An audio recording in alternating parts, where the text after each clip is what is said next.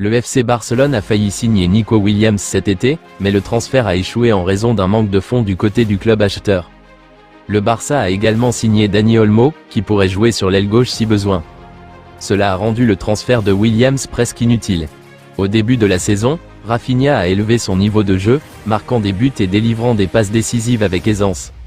Cependant, certains fans du Barça pensent encore que Nico Williams est un joueur qui peut s'intégrer à Barcelone et les aider à rester compétitifs. Ils suggèrent des scénarios qui permettraient à Hansi Flick d'accommoder tout le monde, y compris Nico. Rafinha aurait pu jouer comme intérieur avec Yamal et Nico sur les côtés.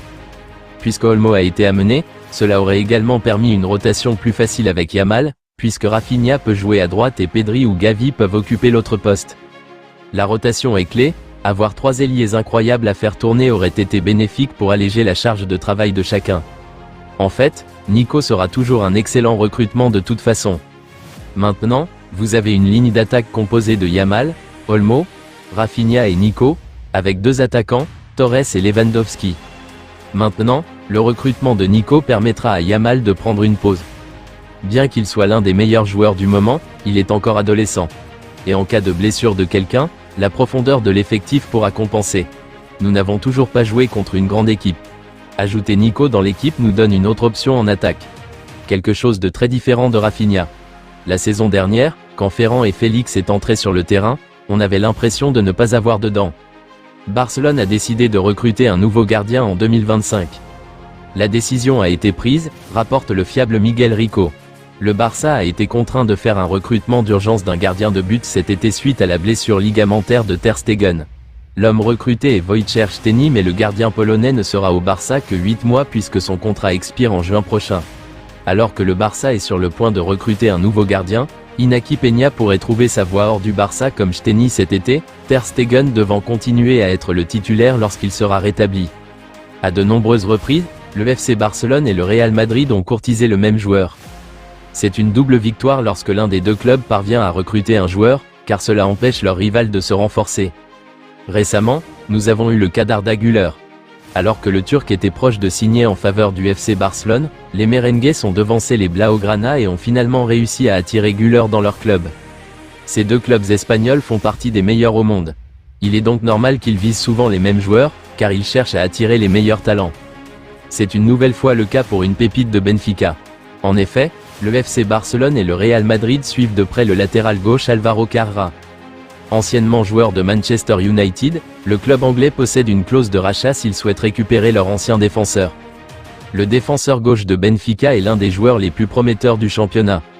Recruté définitivement par les Lisboètes en provenance de Manchester United, Carrera s'impose réellement comme un élément fort de Benfica. Après des prêts à Preston et à Grenade, le joueur bénéficie enfin de la stabilité nécessaire pour s'imposer. Mais cela pourrait ne pas durer. Avec l'intérêt du Real Madrid et du FC Barcelone, il est difficile de résister à de tels clubs. Pourtant, Carrera connaît très bien le Real Madrid, puisqu'il s'agit de son premier club formateur. En 2020, l'Espagnol a rejoint Manchester United en tant que joueur libre. Fort de plus d'expérience qu'il y a 4 ans, Álvaro Carrera pourrait bien vouloir démontrer son réel talent dans son club formateur. Cependant, avec le FC Barcelone sur le coup, récupérer leur ancien talent pourrait ne pas être une tâche facile pour le Real Madrid. De plus, le latéral gauche est aussi pisté du côté de la Serie A. Avec le retour de Frenkie de Jong et de Gavi de leurs blessures ce mois-ci, le staff technique de Barcelone aura une décision importante à prendre. Le système à double pivot de Hansi Flick nécessite 2 milieux centraux qui se complètent au mieux. Avec Marc Casado clairement étant le premier choix de Flick pour ce poste, il nous reste 3 candidats pour le deuxième joueur, Pedri, Gavi et De Jong. Un fan de Barça a posté un graphique comparant les 3 joueurs dans 3 catégories, défense, en possession et créativité. Il a également comparé leur compatibilité avec Casado. Ce graphique donne une réponse définitive sur qui devrait jouer aux côtés de Casado. Pedri en créativité est juste un cercle. Quel monstre! Pedri devrait être le premier nom sur la feuille pour cette équipe. Pedri est le parfait hybride d'Iniesta et de Xavi, incroyablement créatif. Bien que les statistiques puissent ne pas le capturer complètement, sa capacité à bloquer intelligemment les lignes de passe et à exploiter les angles pour forcer les erreurs de l'adversaire est très sous-estimée. C'est pourquoi c'est absurde lorsque les gens affirment qu'il n'offre rien sans le ballon. En résumé, pas besoin de s'inquiéter car ils seront tous aptes ensemble pendant environ 5 minutes une fois par an. La dernière remarque est triste, mais probablement vraie. La valeur marchande d'Ansu Fati a chuté de manière significative, passant de 80 millions d'euros à seulement 15 millions d'euros.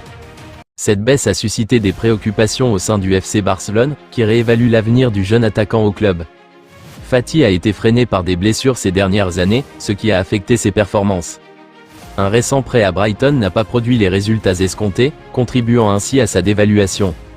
Selon Sport, Barcelone envisage différentes options pour Fati lors du mercato de janvier.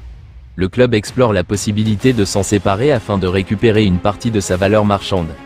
La situation a généré une certaine frustration au sein du club, qui cherche activement une solution pour récupérer autant que possible de la baisse de valeur de Fati. Le cas de Fati est l'un des plus tristes, sachant qu'il valait 80 millions d'euros en 2021.